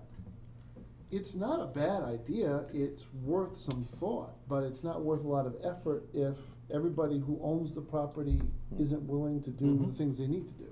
At that point, you gotta dust it off, put it on the shelf, come back to it when they're ready, when the pit is finally done, and they're sitting on worthless land that looks like a lunar landscape, then they'll Yeah. come talk to you. Yeah, sure. But in the meantime, you look at other lots not to name anyone in particular, but to me, the most developable, there are two very developable lots in town. One's at the corner of North and Gilboa, the other's next to the fire station. Okay, sure, yeah, Flat sure, land next to a sure. busy road. Right, For right. starters. Right, supermarket, Yeah, yeah, sure. Is isn't there still in the process of putting a Dunkin' Donuts drive-through in that land next to the, or is, I know that's been in court, is that where it still is, or? yeah, when Farrell used to walk down the street, there was, the fan guys and the Rosebud guys, and so I think the Rosebud guys have made it through, right? We're trying to get the zoning changed so that. The process of zoning getting a was drive-through- changed, so Where are we talking about? if they refiled, they Next to would the get a fire station. permit through the planning board as opposed to the Moving the ZBA. business Right. across. ZBA where they were denied, so. Right. It's not to say they have a guaranteed permit in hand, but I know when they were before for the planning board for site plan review, the planning board was working with them on mitigating some of the concerns. What would be the goal for the town of moving, you talking about the cone building No, across the street? no, this would be a competitor, I guess you would say. So Or it's- divorce, Yeah, Yeah. sure, okay, yeah, okay, which may, for a lot of reasons might make sense. Yeah, I don't wanna okay. hurt anybody's feelings, so I don't know the situation. yeah, sure. A bigger Dunkin' Donuts in town, that's our economic development? No, but. No, but that's who bought the land and if they That's- wanna Yeah, the do other it, thing right? that- yeah, the only Concerns other- me. Right, but the only other thing I've ever said, Howard, is I don't make magic wand to make buyers appear. Yeah, no, You no, know, no, no, I deal no. with a guy who, if somebody's expressed an interest in a piece of property, that's the fish on the line. Yeah, yeah, Unless they're gonna be a bituminous coal facility or what's the other one that nobody wants, a lard extraction Well, the other facility. thing that we You have, try to get whoever you we have a can. lot of interest in our tank farm. solar Tank farms, and, my question is, if these are in residential districts, are we getting the commercial revenue from a commercial operation? Yeah. And we've started to talk about the mobile land and potentially seeing if we could use it for economic development, but since it's currently in the hands of water and sewer, it would have to be a discussion with them yeah, first sure, to yeah, see. yeah. Cause they want the buildings, but are they Right. all right with the rest of the land, Right, right. The so. devil's in the details of that transaction. The easement areas across that property are very significant. I know we've always, if you come down Lackey Dam, that gas station went up 10 or 12 years ago where none was there, and you talk about, what do we need? Boom, it went up, and it's a gold mine. It's And ridiculous. so, That was supposed to 30 be feet. our gas station, Douglas's. Yeah, but that's right on the town, on 146. Right. You can't beat the location. What do we come, 30, 40 feet, or 300 feet down to hit the town line? And it just kind of surprises me. I know the mill building is there and has been refitted in the last 10 years, but it still strikes me that, is that the Gilboa and North, that corner, is that what you're talking about? Gilboa North is right down by your wastewater treatment plant. Where all the politicians Four put their ways. signs up. Right, at the corner, Yeah. but nothing, There's a health literally department. 12 years ago, the sign went up, right? Yeah. New mall, 2006, or new restaurant Yeah. or something. Yeah, And there's gotta be opportunities over there, there's gotta be. Yeah. And I never see, and I've heard forever this concept, the town's gotta hit 10,000 people before the magic happens. Yeah, I and know I'm we gonna stay tell you, under that's- that. That's a specific firm's view of the world. We all Yeah, know which yeah, firm that yeah, is. Yeah, Because they were right in my backyard. yeah, Other firms, even in that same retail space, only care about traffic counts. yeah, sure, right? And frankly, that is the story. I could care less how many people live in the town if Right, 33,000 You people bet. drive across it. Right. So that's the other part, market range study, traffic study. How do we get you to have support to your efforts to do more economic I need the development? Economic Development Commission to not meet on Tuesday nights when the selectmen meet. Well, that's an answer then. That's an answer, right? Can I've that- already shared with Eric, so he's not blindsided. I've asked, Yeah, yeah. and they said, yeah, I think they were open to Yeah. potentially, you wanted Thursday, right? But I think they were either open to Monday or Wednesday, but it was, Monday- I didn't, it was my first meeting, so I kinda just threw it out there and left it, so. Monday's good. I refer to my loving spouse as the Queen of Wednesday. Wednesday doesn't work. She's a nurse, she pulls two shifts a week, and Wednesday as always. So I think it was a year before you came on, but the selectmen did try to get a part-time planner 3 or 4 years Well, I ago. saw some of that, you know, the remnants of some And of that. the finance committee led amendment eliminated the position here and turned it into a consultant, so. Yeah, and is there any perception of which way works better? Same money? There was an argument on the floor as to that. Did either have any success? Well, we didn't hire I mean, I guess there's probably been a planner 10 years ago, probably, right? Was there a planner years ago? here? Yeah. Part-time. Yeah. 2000 was a full-time planning/conservation agent. Now we have a part-time conservation agent. So I basically inherited the planning duties. So the selectmen did try 3 or 4 years ago to get $30,000 passed. And we on the finance committee were not comfortable with them hiring somebody because we thought it was more likely to become a permanent $30,000 a year position as opposed to just paying a consultant for that. There's no health benefits, there's no, So how would that Unemployment. revive, how would that come back? Uh, If there were some interest in that, you know, we could either put it I in, don't know. we could I'm put it, asking. yeah, we could put it in the budget, right? A position in the Ooh. budget. Who puts that in? Probably the, We'd probably have discussions with Matt and, yeah. yeah, that's what we Are thought. we doing that right now? Yeah, sort of. Well, that's, The order of you know, oper- not tomorrow, Right, soon, Right. today. yeah, the order of operations would be for me to spend some time with the commission and with Bill and with other interested parties to get some form of plan. And then we can have an argument about what's the best way to implement what we wanna do, and where can we find funding for some of these things. Market rate study, we probably have to pay for ourselves. Yeah. Traffic study, there are other entities that have an There interest. sure are, yeah, sure. And we could piggyback and learn from Well, that. we do, at the last meeting, you were saying we do it every, what, 2 years? Every year. Every year. CMRPC and funded by Mass sure. DOT does. No doubt. And they solicit the town for where do we want it. Yeah. Yeah. So we want have it on updated all 4 legs numbers. of the intersection there. Is there a way to put that topic on one of these agendas as a line Sure. item? Yeah, okay, I'll email you that. Okay. Yeah, I'd like to see that. And, I'd you like to see know, more discussion Who and more. who you would like to invite to that Matthew. discussion? Matthew. Matthew, maybe Eric. But I'd like to have dedicated time Yeah. to have a discussion about it and see where it might lead. And, Sure. you know, I don't mind that there's disagreement as to whether it's viable or what Yeah. its cost effectiveness Right. is, but I think the discussion should be had. But as Gene said, the last 2 times we funded the WBDC, it's just been an article on one of the town meetings. We funded it that way, not through the budget. It can be done either way, but, Did it get funded through the article? Did it The pass? special articles passed. yeah, it was probably 3 or It was- 4, it was 3 or 4 discussion. over the last And then 5 who- I years. have no Who- stomach to go back to town meeting and ask for it ever again. Who coordinated with the WBDC person? Whose job was that? Mike's? Yeah. Okay. And it did nothing really of value per Well- se came of it. Yeah, I don't wanna. I'm not saying that, Yeah, I don't wanna throw them discussion- under the bus. They did no, what they no, were no, I didn't told. mean it that way. Yeah, They did what they were told. You They were- could go hit 37 doors and have 37 people tell you, Yeah, I don't see something that works for me. yeah. And there's I not much think more you can they do were about it. directed specifically to spend a lot of time on the pit, on the owners at the pit, and trying to get a follow-on easement. So the day that sand and gravel is no longer viable, the owners would have sold to the town easement across their properties. They would remain owners of record and would sell on the basis of us building a road.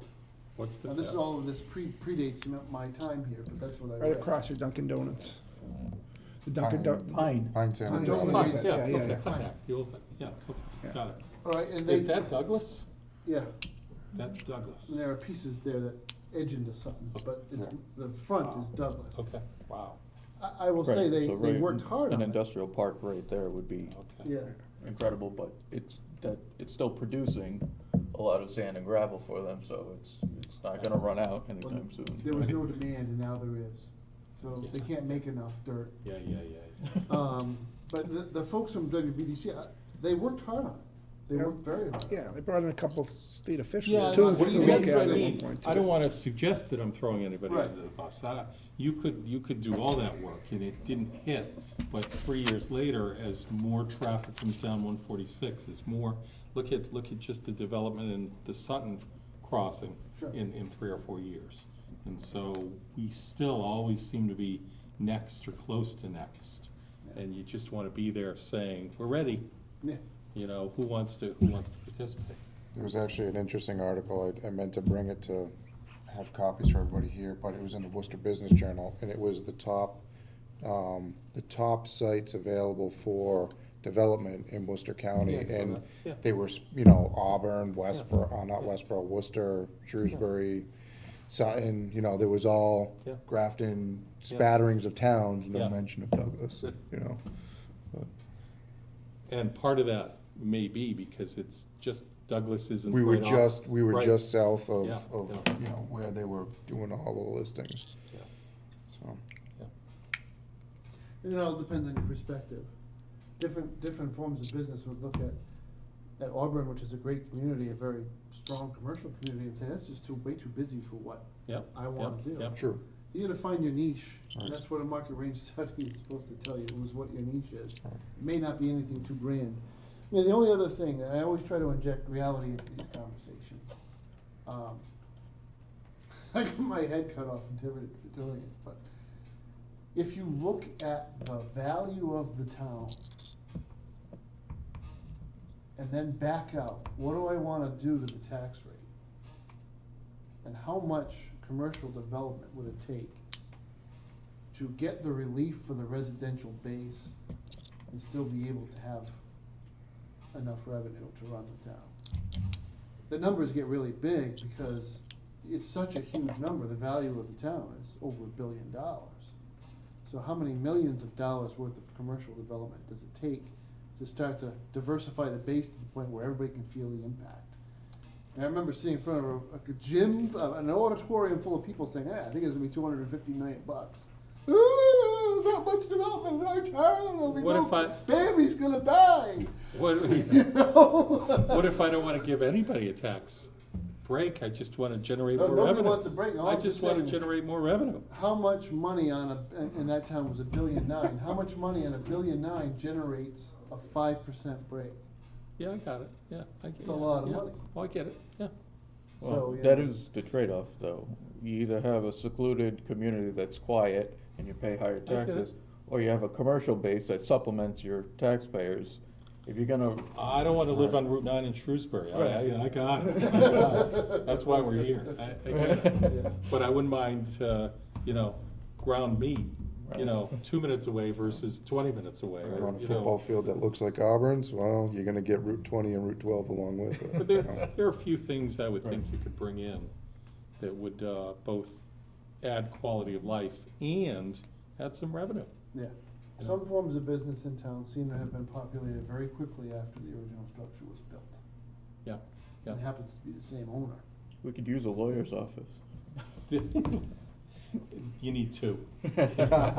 At least. Right. Yeah. And just so the other thing we haven't talked about is infrastructure. The infrastructure in the town is not, Not eventually, yeah, I right? mean, it would You take gotta be ready some, to support it. investment Sure. upfront The, for the infrastructure. deal stopper Massive, these days massive tends to be investment. natural gas. So talk about any light manufacturing or facility of that kind, without natural gas, you got nothing. And where's the Webster, where's the closest step-down station? I think that, Whitensville, I think. Whitensville is, So they'd have to come back from Whitensville, or you'd have to put a step-down station over the line through Douglas, which they That's- have no inkling to do, because we don't have the infrastructure or homes to support a step-down station. They'd have to build the infrastructure basically in Douglas, so they're not. yeah, so the live wire, and I hate talking about people when they're not present, but the live wire would be the grow facility, because if they used enough gas, they could, because it's all about how much volume is gonna move, it's not about how many connections you have. So if you have one huge customer, you might be able to get the infrastructure built that would support smaller development along it. I've been talking to the DeCaros off and on about that, but it's kinda like, a couple of steps hence. They are gonna be a huge user. So Okay. Eversource's interest is peaked. Okay. Okay. It's a good discussion. I think any further comments or questions for Bill? All right. Thank you very much, Bill. We're not done yet. Oh, we're not done yet? Oh, sorry. More handouts. You requested the green community. Oh, okay, we're gonna, discussion. excellent. We're gonna move to item 3 then, discuss the Green Communities Grant.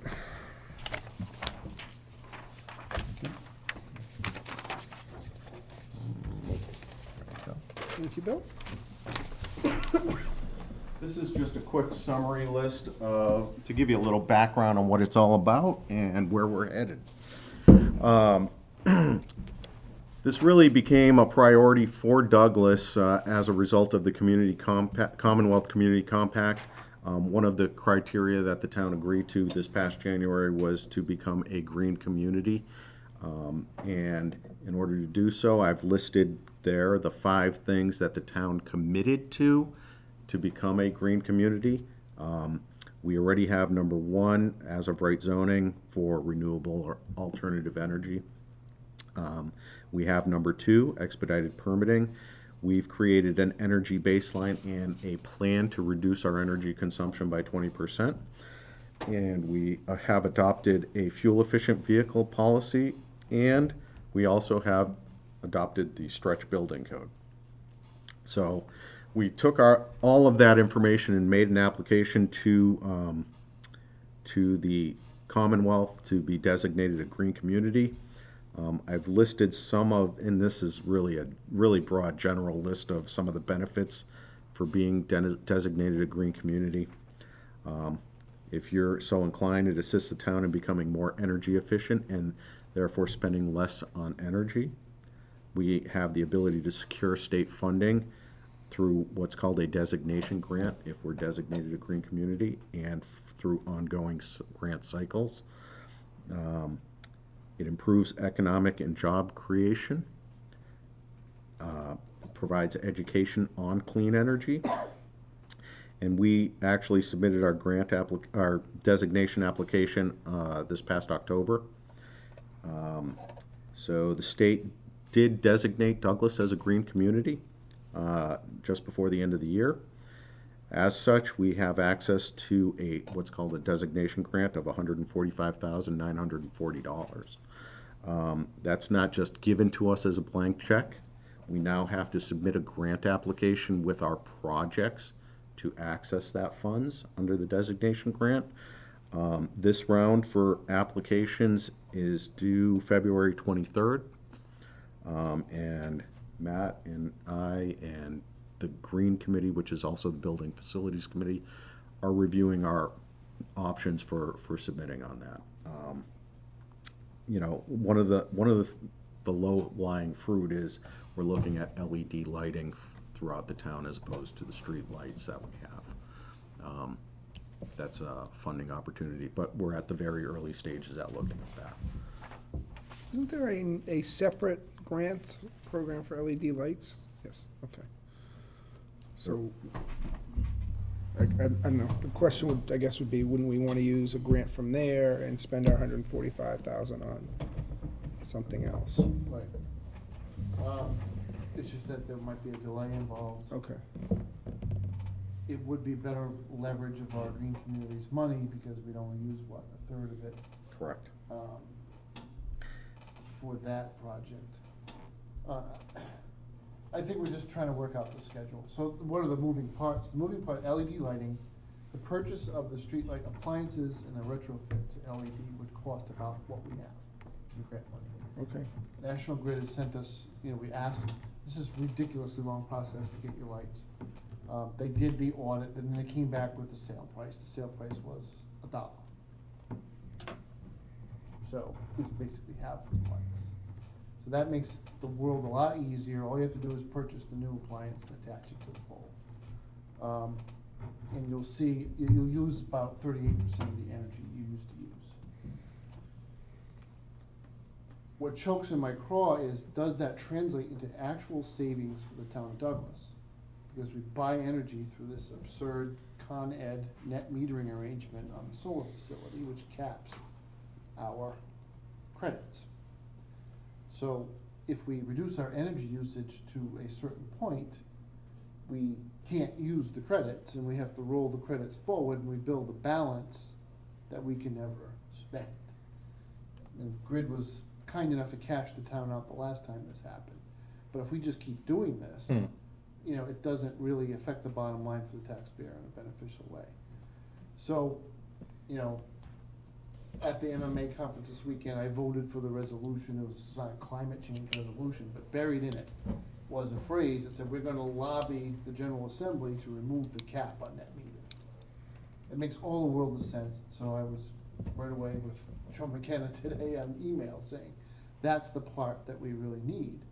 Because if we have an interest in the solar farm and we're reducing our energy usage, we should get our electric bill to zero. Isn't that the point? You know, the other sort of low-hanging fruit that jumps out at us is the roof, the main roof on this building. Because perhaps the most galling thing in the energy usage report, there's two low-hanging fruit, I'll get to the other one in a second. Is this building has a passive duct system that was used to move air through the building when, well, right now it's moving our heat out into the stratosphere. A very effective way to dissipate heat is through an old duct system. Those great big, they look like, you know the old pictures of battleships, the USS Maine, you know, the great big tuba horn things on the deck? That's what we're doing. We probably should remove those and close them up. And that's a $330,000 project, and this will only take us halfway there. So it is probably more amenable to the later rounds where our limits would be higher than 150. You know, the other thought, and you know, this developed only today, so it's kind of sad news right at the moment. The library had applied for an ADA access grant, which would have allowed them to kind of blow out that back wall and make a lot of changes to the building. That would have been a good time to make energy efficiency improvements in that building, because I don't know if you ever heard of Peerless, but they made oil furnaces a long time ago. That's what we have in the library. Right. It's a commercial grade service in a very small building. It's just not efficient. But they get denied. They didn't make the grant today, so it kind of puts their energy needs a little bit, although the windows could probably use a lift. But I'm much more inclined to do streetlights. I don't wanna just blow the whole grant on it and get away with a third, but on the other hand, we don't have anything ready for the other 100, so. And the deadline's coming up quickly. Deadline's the end of February. So, Use it or lose it? No, we don't lose it. Don't lose it, but it's not a great way to get off on a, you know. is there an annual designation grant, or is this Yes, a? there is. There is, but would we expect it would be less our second? Would we expect to be a similar grant next year, or would we? It's a competitive thing. Okay. Okay, so you would make your application to the state, Whatever. and you're competing with everyone else for a pool of money. Okay. But so there's a chance our grant next year could be zero then if we didn't have Right. competitive projects. Okay, so it's just another grant opportunity for us, but nothing's guaranteed every year, year to year. Nothing's guaranteed, but it's a big pool of money, and the Commonwealth has handed out a lot of money under it. They have. It has the full support of the administration and the assembly, so. Okay. Yeah. All right. Anybody have questions on the green communities? No? Okay. Anything else, Bill? Yeah, No, anything else, thank Bill, you. before I say thank you? Thank you. Thank you very much. Have a good Stay night. late. Thanks, Good night. Thanks, Bill. All right, so number 4 on the agenda is to discuss BVT issues surrounding increased enrollment. In your packet is Howard's request to have the town attorney look at the agreement, as well as a couple articles sent by Pam about Gardner and Monty Tech, essentially summarize Gardner is not happy with their agreement, and they're trying to find ways to open it up. And one of the ways they tried to do it is say, we're not giving you any of our, you're not The budget was not being submitted from Monty Tech per the agreement, which was sometime in the fall, so the Mayor of Gardner took that opportunity to not send any funding, and he did get their attention, so the details are in that. It was just meant to say that we're not the only community who is struggling with our agreement. Matt, do you want to talk about the request Howard had, and if that's viable, if you think it's worthwhile? Going back to our earlier discussion about, if you have a six-digit problem, you might want to take a shot at a six-digit solution. This is a six-digit problem this year. I'm curious, Gene's curious, because we've talked about it. Yeah, how is it that his overall enrollment is going up? And how is it that the delta in his overall enrollment is curiously similar to the delta in the number of Douglas students that have been admitted? So there's some valid questions that need to be asked. We need to refer back to the agreement, so. I mean, we'll get it to Rich Bowen's attention and have him grind a saw on it until we get the answer. I think my, It just doesn't feel like a fair competition, so, we should know what the rules are. yeah, my email and my conversation that last meeting was just the concept, I wouldn't mind having the town, the people on the boards, having one kind of defined understanding of what the rules are. Yeah. There's been a lot of go-around just trying to figure out what the facts are. It's not necessarily always in the other entity's interest to be, completely, Yeah, to dance on that's the not table and unique. tell us what they are. That's not unique, you know? Right. And so I don't want to keep taking their position and saying, oh, that must be the way it's viewed. Yeah. So that is on the to-do list. Okay, great.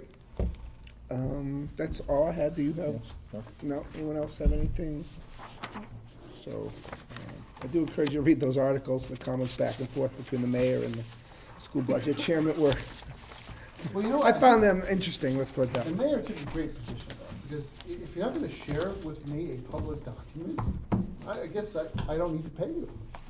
And we haven't really ever, I don't think we've gotten to the point where we've been denied something. We just haven't Right. been persistent about asking and getting delivered of it. We do not have a reserve fund transfer tonight, maybe next week. Review of the expenditure vouchers, I just signed a voucher for the minute taker, The payroll. for payroll for the minute taker. Do you have that amount, or? Is it, It was less than $30. yes, it's less than $30, so if anyone wants to review that, you can let me know. Rabble. I'll be happy to pass it out. Approved meeting minutes, we have a few meeting minutes stacked up. And so let's try to work through these. I know it's 9 o'clock, but let's see if we can knock these off, as I was lax in getting them. So I don't know if people have read them, or we want to take a minute to read them. What's the board's pleasure? I read them. You read them? Why don't we go, you guys can read them, Eric and I will, I also read them, Eric and I'll go through whatever changes we have. Do you want to go, did you have any adjustments? All right, so I had a couple. So for the Tuesday, September 26, 2017, Jerome Coker, Jerry is listed as absent. I believe he had passed away by that point, so that should probably be removed. Both Cynthia and Howard, I don't know if we're doing that anymore, or we're excused. I'm not sure if that's being done anymore or not. I think it still is. Okay, so let's mark them both as excused. Is there a pay cut if you're unexcused? No, but if you are unexcused 3 times in a row, we can send you packing, so to Got it, speak. got it, So, got it. not that we would, No, I got it. we barely got a quorum tonight, so, Exactly, yeah, not that we're gonna exactly. do that, Right, I but get it. there are other Empty committees, traffic. there are other committees that You maybe might have send a that. car after. Yes, Yeah, yes, we'll go yes, get yes, you. yes. Let's put it this way, Mike's car had broken down, we would've sent an Uber for him to make sure he got here. Exactly. The other thing I have is under number 7, future joint meetings, the final page. It says, if the meetings are to continue, it talks about the joint meetings, Mr. Hogan has topics he wishes to discuss. I would prefer that read, Mr. Hogan would like to present topics to be discussed. Yeah. And then the second line to read, Mr. Hogan asked the Finance Committee members to come up with the topics they want to discuss at a future meeting, or they want discussed at a future meeting. So I believe my point was, if we want to meet, let's open that up and get some topics on the agenda. So if nobody has anything else, I would be looking for a motion to accept the meeting minutes from September 26th as amended. Move to accept the minutes as amended. Second. Motion made by Eric, seconded by Mike. All in favor? Aye. Aye. All right. Unanimous. Moving on is the Tuesday, October 10th meeting minutes. Again, Cynthia and Mike should be listed as excused. And then, under the town administrator's update on the third page, talks again about the joint meetings, and it says Mr. D'Amico is not in favor of quarterly meetings. That was not my recommendation. Or maybe you were in favor of more frequent meetings? Yes. Okay. So let's maybe amend that line to say, Mr. D'Amico is not in favor of quarterly meetings, but would like to meet more frequently. Does that work with you? Sure. Okay. No, did anyone else have anything from the 10th? If not, I'd be looking for a motion to accept the meeting minutes from October 10th as amended. Motion to accept? Made by Howard, seconded by Lee. All in favor? Aye. Aye. Unanimous as well. Monday, November 6th, that was the short meeting in front of the special town meeting. It's Mike and Pam are excused. That's all I really had on that. Anybody have anything else? If not, I'd be looking for a motion to accept the meeting minutes from Monday, November 6th. Motion to accept the meeting minutes for November 6th.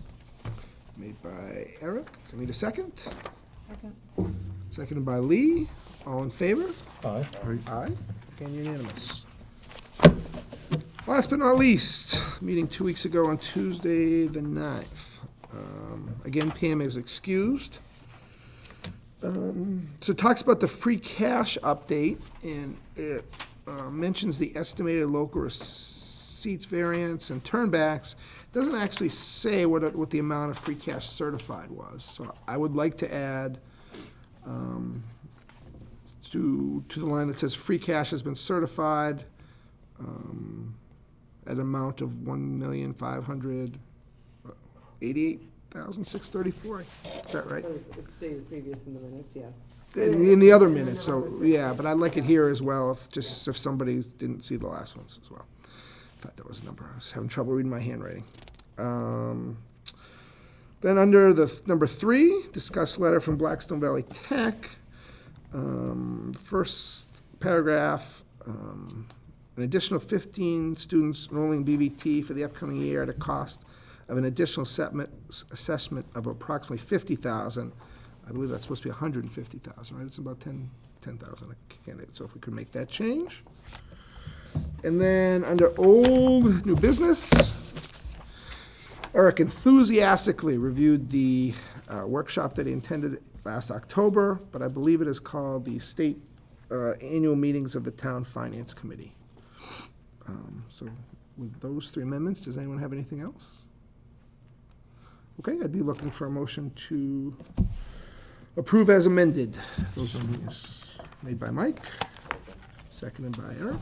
All in favor? Aye. Aye, unanimous. Does anyone have any old business?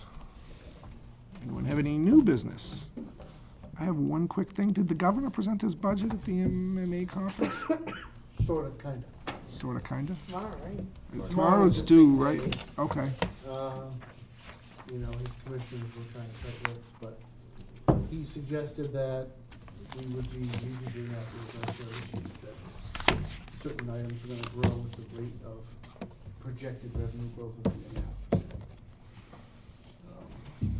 So, that was, Any mention of it? everybody started tweeting at that point. You know, those LED lights in everybody's phone.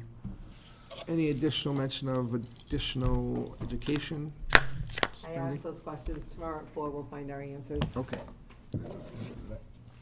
We have a meeting next Tuesday, correct? We do have a meeting next Tuesday, We do. and. We do. Who's Yes. coming next Tuesday? You had it all lined up. I do. I thought it was fire, No. It could be library and library. council on aging. But Yeah.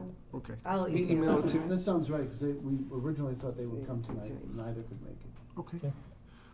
Does anybody, it's easier probably to ask in person, anybody have anything else they want on the agenda? Do we want to talk about economic development that night, or would you prefer we wait, Matt? I kind of want to finish this budget spreadsheet Okay. and get some thoughts Yeah. down. Sure, Okay. yeah. So we'll do those two. If anybody comes up with anything in the next day or so, please let me know. Does everybody think they can attend next week? Yes. I know Pam's been ill for a while. Cynthia was ill tonight. I would expect she'll be here, so. I'm not sure if Carol, I think Cynthia mentioned Carol was on vacation. I didn't remember that, but, so she may be back as well. So, I make a motion to adjourn. sounds like a great idea. I'm thinking, Second. we got our Economic Development Committee, next meeting is February 6th. So Yes. if you'd like to do the economic development at the meeting after that one. Does that make sense? Or is that still too close, Matt? Oh, that's fine. Okay. Does that make sense to you? Yep. How long's your meeting last typically? The two I've been to have been varying lengths, but not more than an hour usually. 45 minutes. to- Who's the other person that showed up at the? The one- chairman, Chairman. Who's that? Brad, what's his last name? All right. Brad. Yeah, that's fine, yeah, that's fine. It was the night of that big snowstorm. Big storm. And Okay. so Okay. Carol wasn't able to make it in, and Okay. then, Should it be back-to-back or should it be joint? But we're not meeting on the 6th currently. We're meeting on the 13th. Oh, when you said after, you meant after like a Yes, the- Tuesday, another correct. Tuesday. Our meeting is I the took that to 13th. After, like, no, our meeting is Yeah, the I got it. 6th, and then the finance committee is the 13th. That's what I meant, at the 13th Okay. committee meeting. Okay. So Howard made a motion to adjourn. Mike seconded it. Mike seconded. Yeah. All right, I did not hear that. Great. All in favor? Aye. Thank you very much.